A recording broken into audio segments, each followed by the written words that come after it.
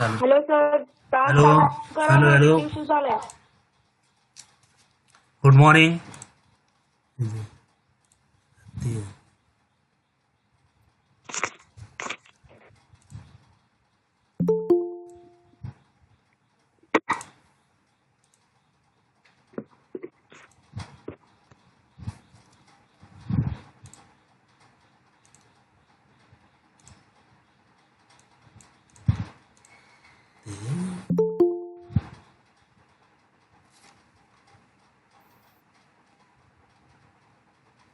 Hello sir.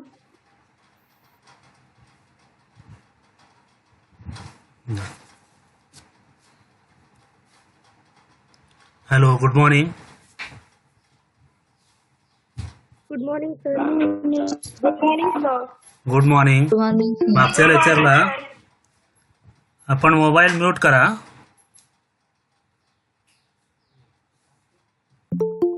मागच्या video लेक्चरला आपण terminology बद्दल आपण पाहत आहोत. त्यातला ट्रान्झॅक्शन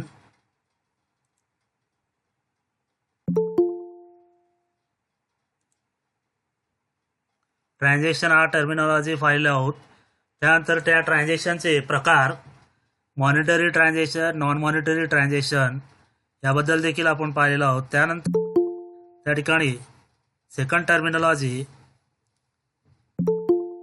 ही एंट्री, त्याचबरोबर नॅरेशन, त्यानंतर गुड्स याबद्दल पाहिलेलो आहोत. तर आज जो काय टर्मिनॉलॉजी आहे, कन्सेप्ट आहे कॅपिटल अँड ड्रॉइंग्स. तर कॅपिटल अँड ड्रॉइंग, कॅपिटल म्हणजे काय? भांडवल.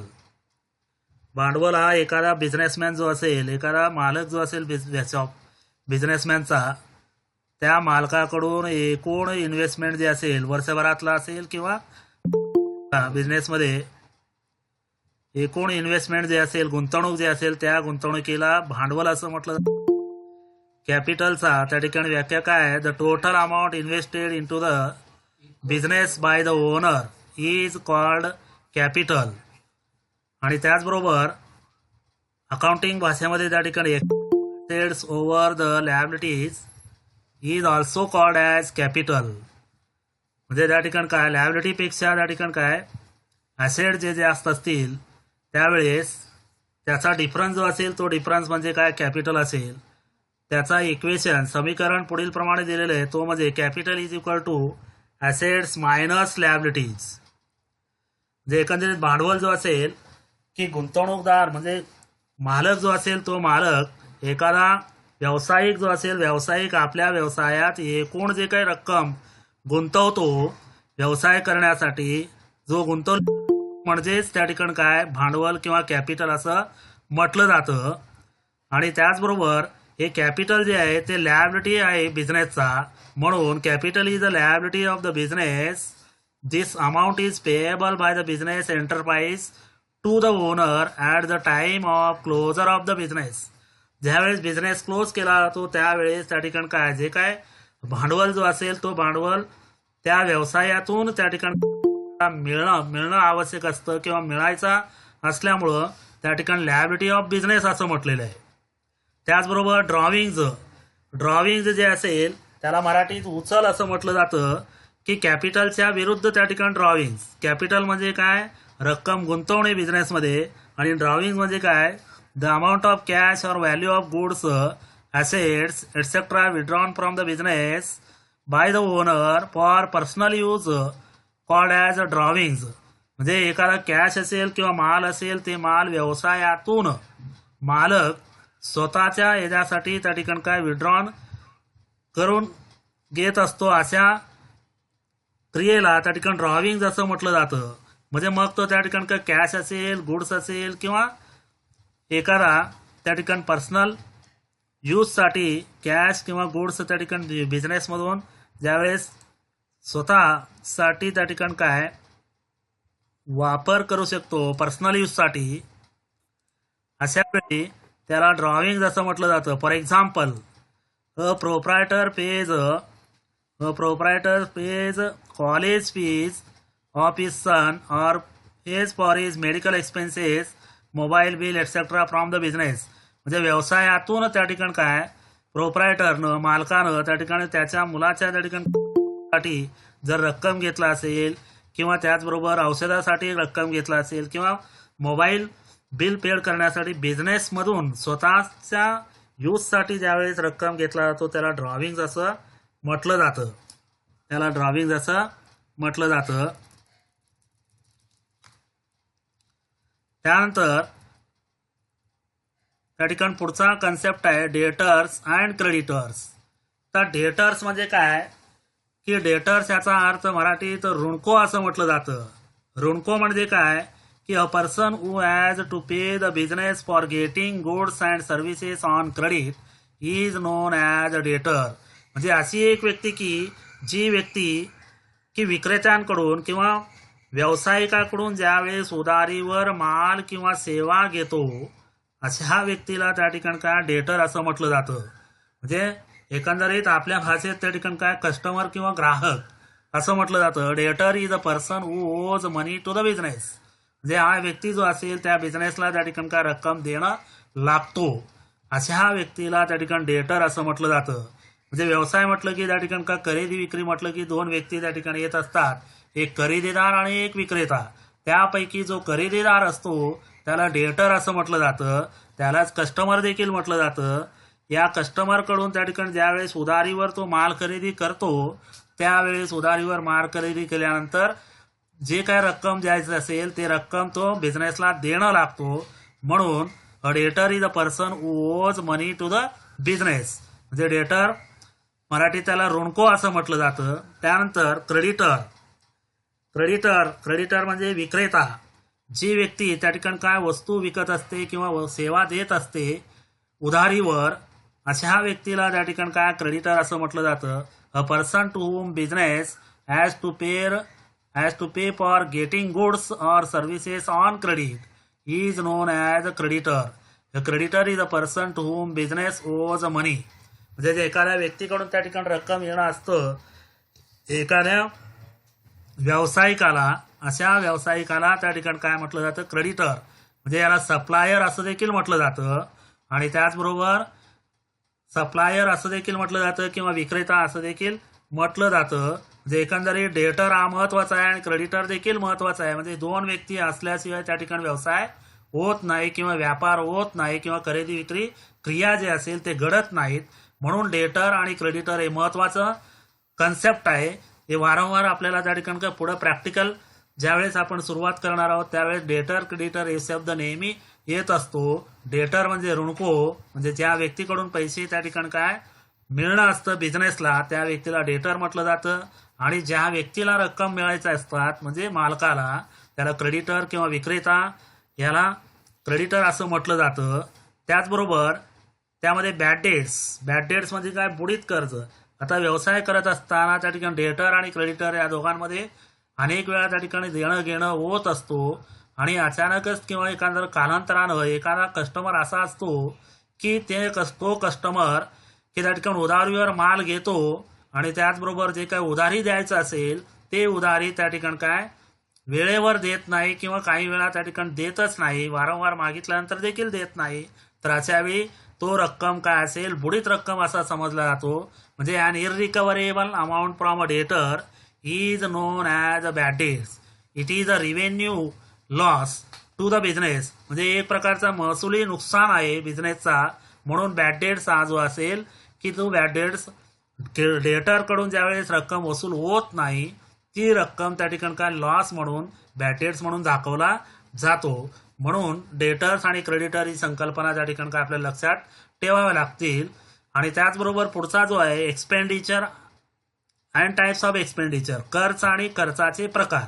खर्च म्हणजे काय असेल की an amount spend by the business for any consideration received by business is called expenditure. म्हणजे एखादा बिझनेस चालवत असताना काही खर्च असे असतात की ते खर्च त्या बिझनेसमॅनला कराव्या लागतात की जेणेकरून ते खर्च केल्यानंतरच त्या ठिकाणी त्याचा व्यवसाय जो असेल तो व्यवसाय व्यवस्थित किंवा त्याचबरोबर व्यवसाय पुढे नेता येतं. म्हणजे एखादी रक्कम जी असेल ती रक्कम बिझनेसकडून त्या ठिकाणी काय खर्च केला जातो त्याला एक्सपेंडिचर असं म्हटलं जातं. आणि या एक्सपेंडिचरचे त्या ठिकाणी टाइप्स आहेत. ते टाईप्स त्या ठिकाणी पहिलं टाईप जो आहे कॅपिटल एक्सपेंडिचर. कॅपिटल एक्सपेंडिचर म्हणजे काय? भांडवली खर्च. आता बिझनेस ओपन केल्यानंतर किंवा बिझनेस चालवत असताना असे काही खर्च असतात की ते खर्च त्या ठिकाणी काय बिझनेस चालवण्यासाठी आवश्यक असतात आणि ते खर्च बिझनेसच्या लाईफमध्ये एकदाच त्या ठिकाणी काय खर्च केला जातो. आता उदाहरणार्थ एखादा त्या ठिकाणी काय हॉटेल त्या ठिकाणी काय आपल्याला चालवायचं असेल तर अशा वेळी त्या हॉटेलमध्ये त्या ठिकाणी उदाहरणार्थ की जे काय टेबल्स असतील त्याचबरोबर त्या ठिकाणी काय की टेबल्स असतील किंवा प्लेट्स असतील ते प्लेट्स एकदाच त्या ठिकाणी खरेदी करावे लागतात. वारंवार खरेदी करत नाहीत. म्हणजे त्या ठिकाणी काय वारंवार न येणारे जे खर्च असतील त्या खर्चांना भांडवली खर्च किंवा कॅपिटल एक्सपेंडिचर असं म्हटलं जातं. उदाहरणार्थ फिक्स्ड ॲसेट्स मशिनरी जी असेल किंवा त्याचबरोबर त्या ठिकाणी काय जी मशिनरी जी असेल त्या मशिनरीचा की व्हॅल्यू त्या ठिकाणी काय कमी होत नाही. त्याचबरोबर it gives a benefit for long period. त्या मशिनरीचा असेल किंवा त्या ॲसेटचा त्या ठिकाणी काय की दीर्घ कालावधीपर्यंत त्याचा उपयोग केला जातो बिझनेसमध्ये. असे जे काही खर्च असतील ते खर्च वारंवार येत नाहीत त्याला कॅपिटल एक्सपेंडिचर असं म्हटलं जातं. For example purchase of machinery, extension of building म्हणजे बिल्डिंग जो असेल ते बिल्डिंग उदाहरणार्थ एक मजली असेल दुसरा मजला त्या ठिकाणी बांधायचा असेल तर वारंवार आपण बांधकाम करत नाही, एकदाच आयुष्यात एकदाच करतो त्याला भांडवली खर्च असं म्हटलं जातं. किंवा कॉम्प्युटर खरेदी केलेला असेल ते देखील भांडवली खर्चात मोडतो. त्यानंतर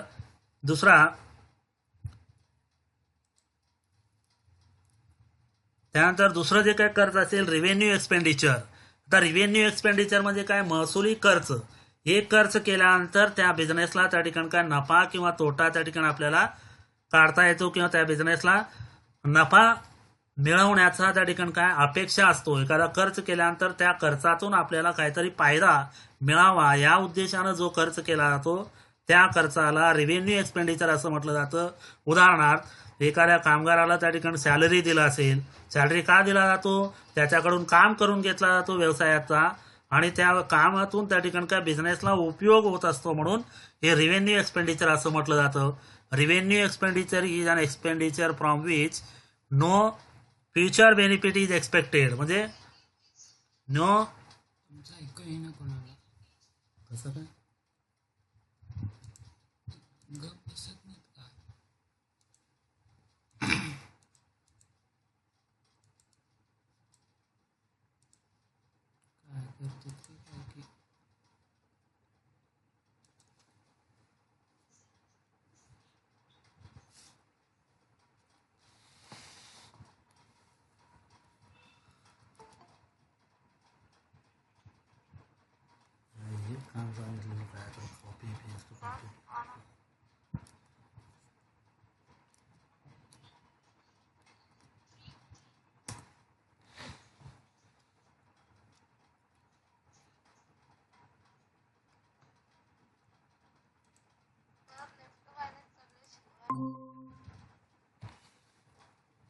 hello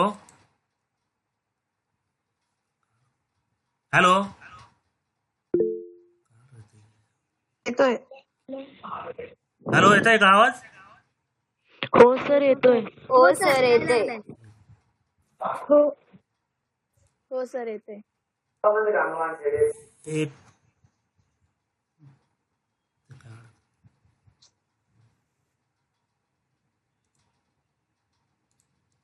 hello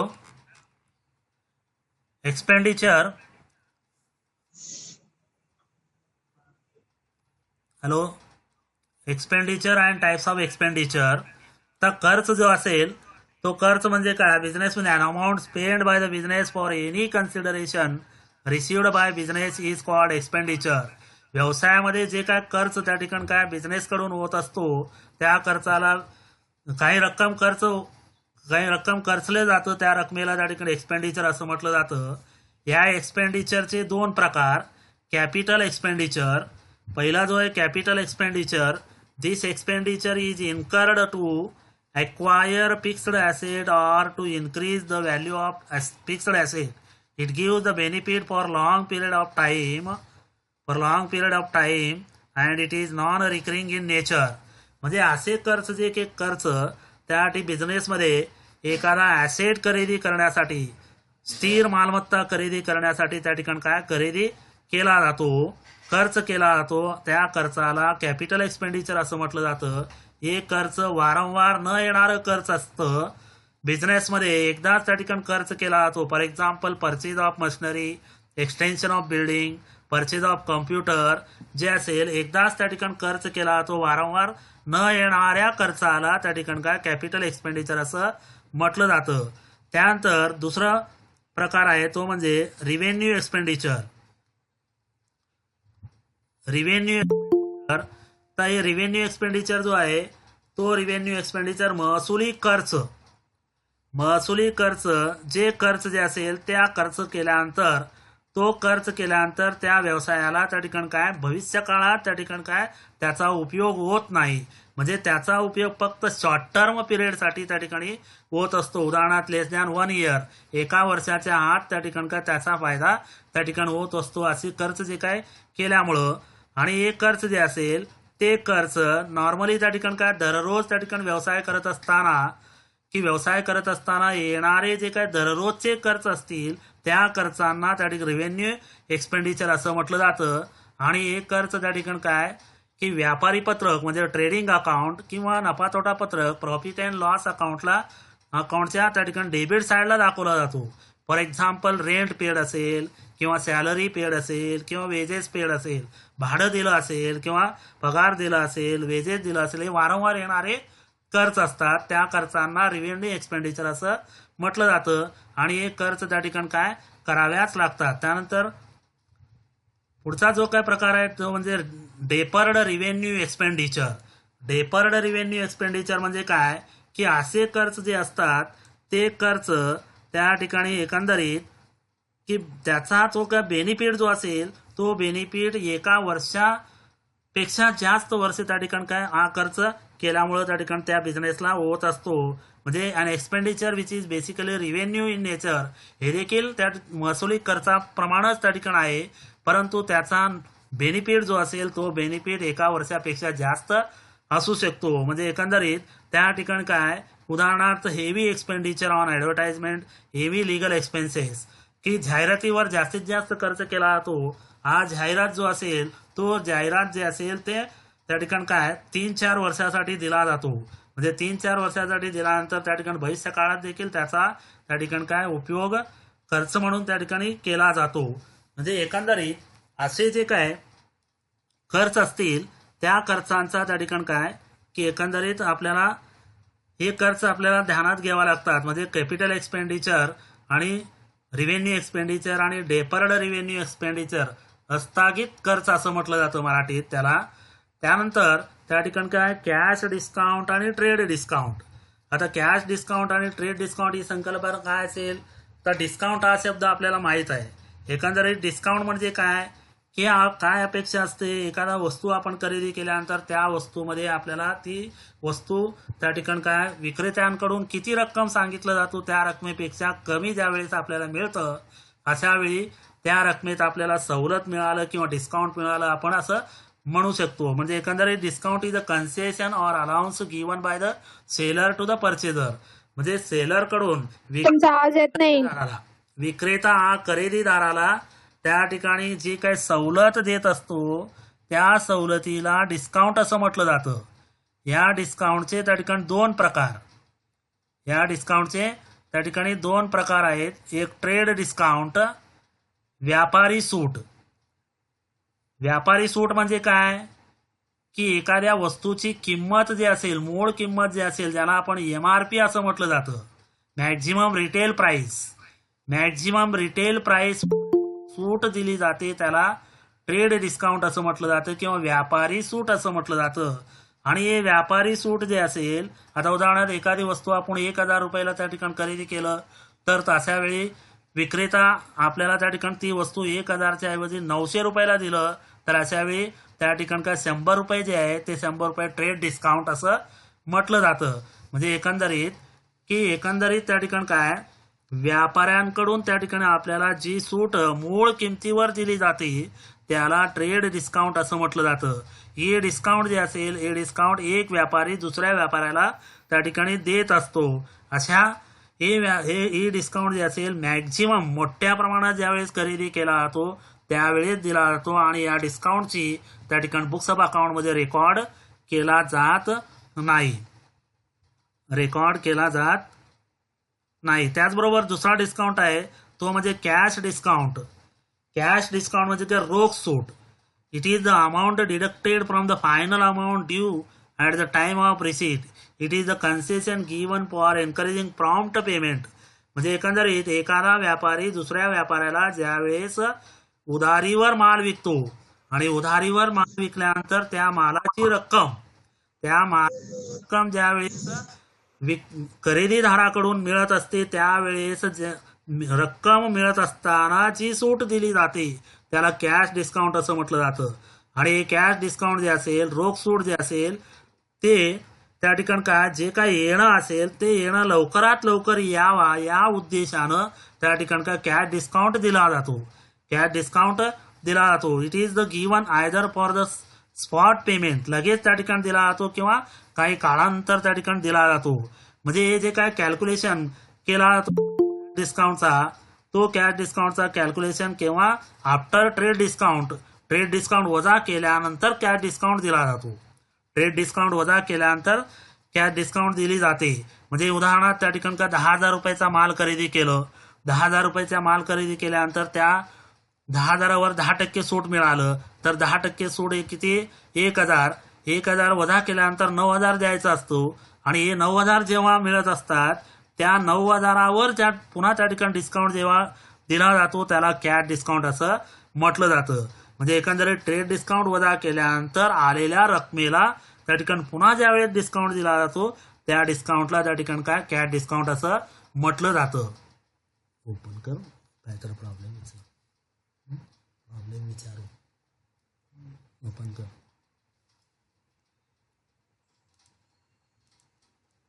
hello hello sir. हा सर. हॅलो. आज आतापर्यंत आपण जे काय त्या ठिकाणी कन्सेप्ट पाहिलेले आहे.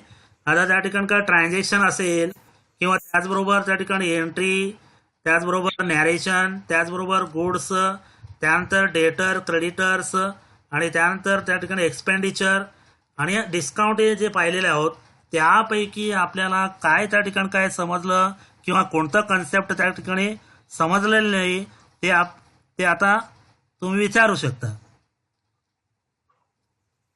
Hello sir. एक्सपांडिचर बद्दल सांगा ना. नाही एक्सपांडिचर नाही एक्सपेंडिचर म्हटलं जातं त्याला.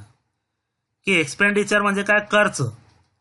एक्सपेंडिचर म्हणजे काय खर्च. व्यवसायात त्या ठिकाणी काय बिझनेसमॅन कडून जी रक्कम त्या ठिकाणी खर्च केला जातो त्या खर्चाला त्या ठिकाणी काय एक्सपेंडिचर असं म्हटलं जातं. आणि एक खर्च त्या ठिकाणी वारंवार बिझनेस चालवत असताना डे टू डे बिझनेस चालवत असताना त्या ठिकाणी करावे लागतात. आणि या खर्चाचे 3 प्रकार आहेत. या खर्चाचे किती प्रकार आहेत 3 प्रकार आहेत. त्यातला पहिला जो प्रकार आहे तो म्हणजे काय कॅपिटल एक्सपेंडिचर. कॅपिटल एक्सपेंडिचर म्हणजे काय भांडवली खर्च. भांडवली खर्च म्हणजे काय व्यवसायात मोठ्या प्रमाणात त्या ठिकाणी काय एकदाच ज्यावेळेस खर्च केला जातो असे खर्च म्हणजे काय भांडवली खर्च असं म्हटलं जातं. वारंवार खर्च केला जात नाही. एकदाच जो खर्च केला जातो त्याला त्या ठिकाणी काय कॅपिटल एक्सपेंडिचर असं म्हटलं. उदाहरणार्थ त्या ठिकाणी मशिनरी खरेदी करणं मोठमोठी वस्तू जे असतील ते वस्तू त्या ठिकाणी काय दीर्घ काळापर्यंत वापरावयाचे असतात. उदाहरणार्थ हॉटेल असेल त्या ठिकाणी काय फ्रीज खरेदी केला जातो किंवा टेबल्स खरेदी केले जातात ज्याचा वापर लॉंग टर्म पिरियडमध्ये किंवा दीर्घ कालावधीत त्या ठिकाणी त्याचा वापर केला जातो. असे जे काही खर्च असतील त्या खर्चांना भांडवली खर्च असं म्हटलं जातं. आणि त्याचबरोबर रिव्हेन्यू खर्च.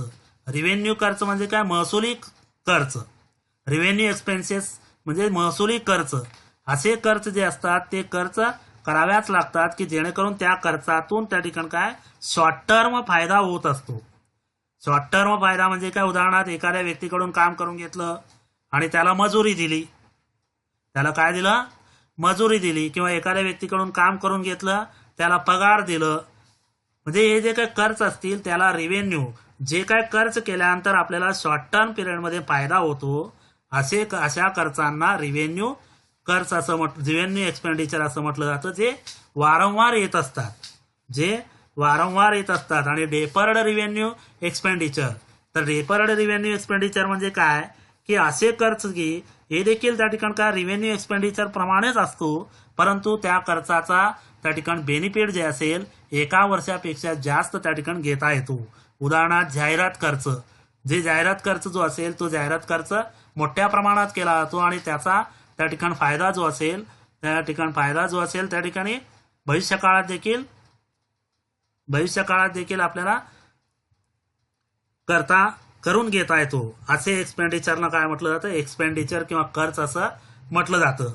आणखीन कोणाला काय कुठली संकल्पना कळेल नाही?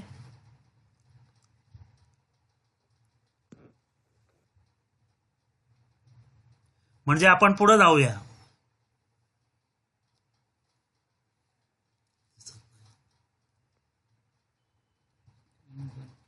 स्क्रीन बंद केलेलं आहे.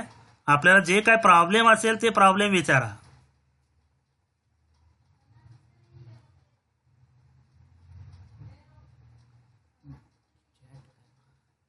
चॅट करू नका. आपल्याला जे प्रॉब्लेम जे असतील आतापर्यंत जे काय आपण संकल्पना 4-5 संकल्पना पाहिलेल्या आहोत, त्या संकल्पनेमध्ये जे काय अडचणी असतील किंवा कुठली संकल्पना आपल्याला समजलेली नाही त्याबद्दल आपण विचारू शकता.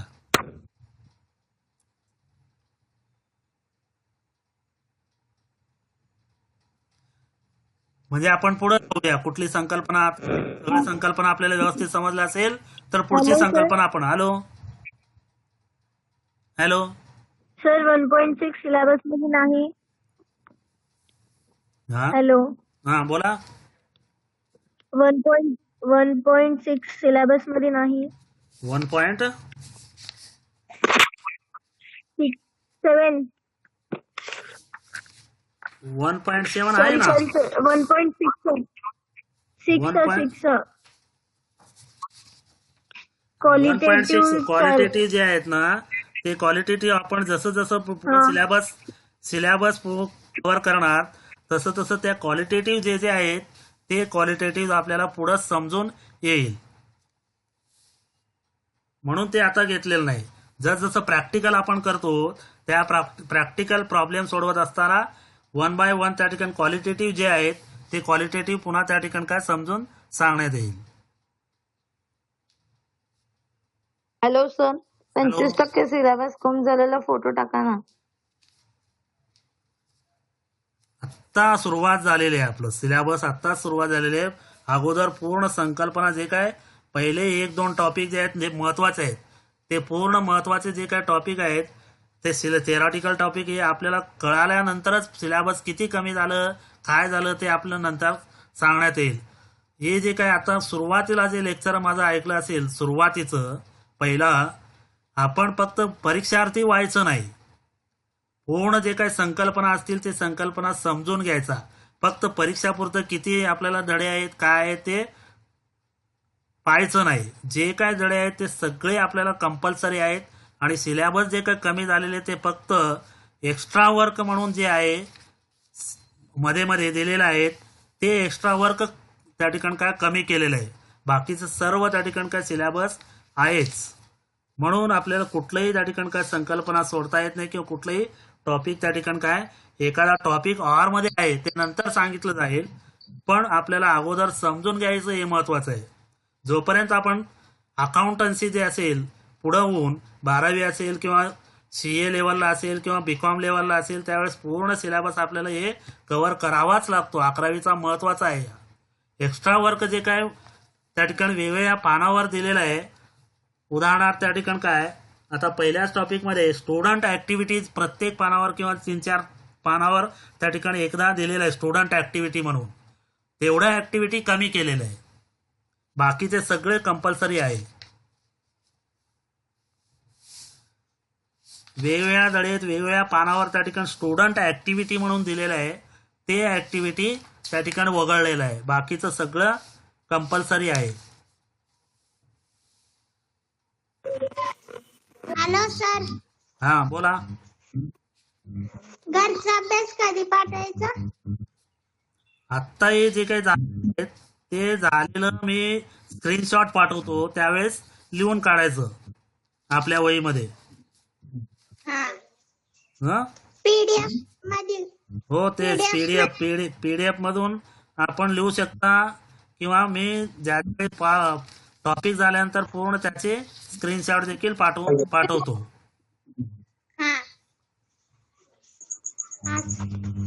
आणखीन काय? सर स्क्रीनशॉट काढून पाठवा ना, म्हणजे हो. आम्हाला पण लिहायला येतं. हो हो, पाठवतो. आता आपल्याला जे काही बेसिक कन्सेप्ट जे आहेत, या कन्सेप्ट कळाल्याशिवाय पुढे आपल्याला जाता येत नाही. हे महत्वाचे आहेत. वारंवार ते शब्द त्या ठिकाणी का प्रत्येक टॉपिक मध्ये येणारे आहेत. एकदा आपल्याला संकल्पना किंवा शब्द पूर्ण समजून घ्या.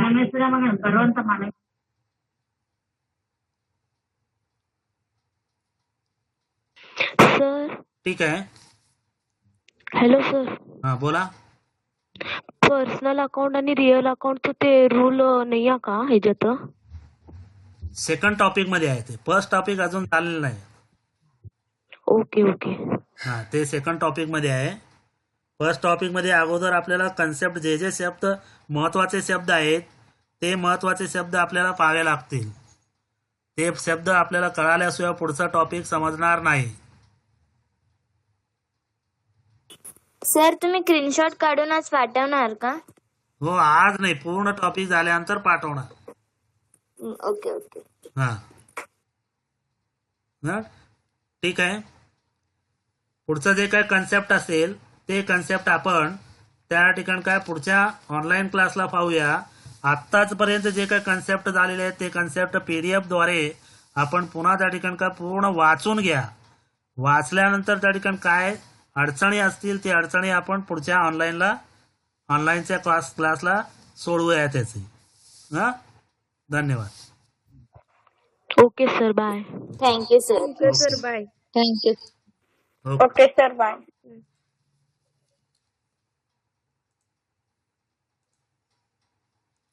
काय झालं सगळे चालले ते जात 75 वर होते.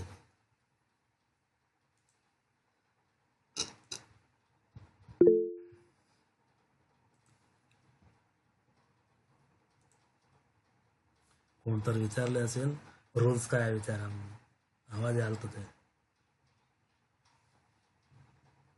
सर कॉलेजमध्ये शिकवणार का? आता अजून इथं तर शिकवालो की, अजून काय पाहिजे? अजून काय? कोण काय? हो गायचं कोणतं चहा पाणी विचार. काय झालं सर सुरुवातीलाच? चहा झालं का म्हणून विचारलेलं कोणतं. पुढच्या वेळी ते असलं काय चॅट करू नका म्हणून अरे सांगायचं. नाही, हे बंद करता येतं. सेटिंग मध्ये गेलं तरच दिसतं. चॅट्स बंद करायचं. पेज ऍक्सेसिंग युअर मायक्रोफोन कुठं तर आहे इथं. ते काय तर करत बसतोय काय लवकर.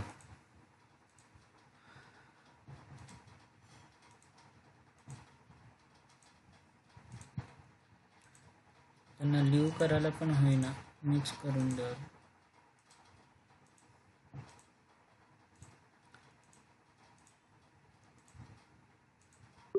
रेकॉर्ड कुठे आहे ते प्रोसेसिंग कर. चालू तर रेकॉर्डिंग. हा, मग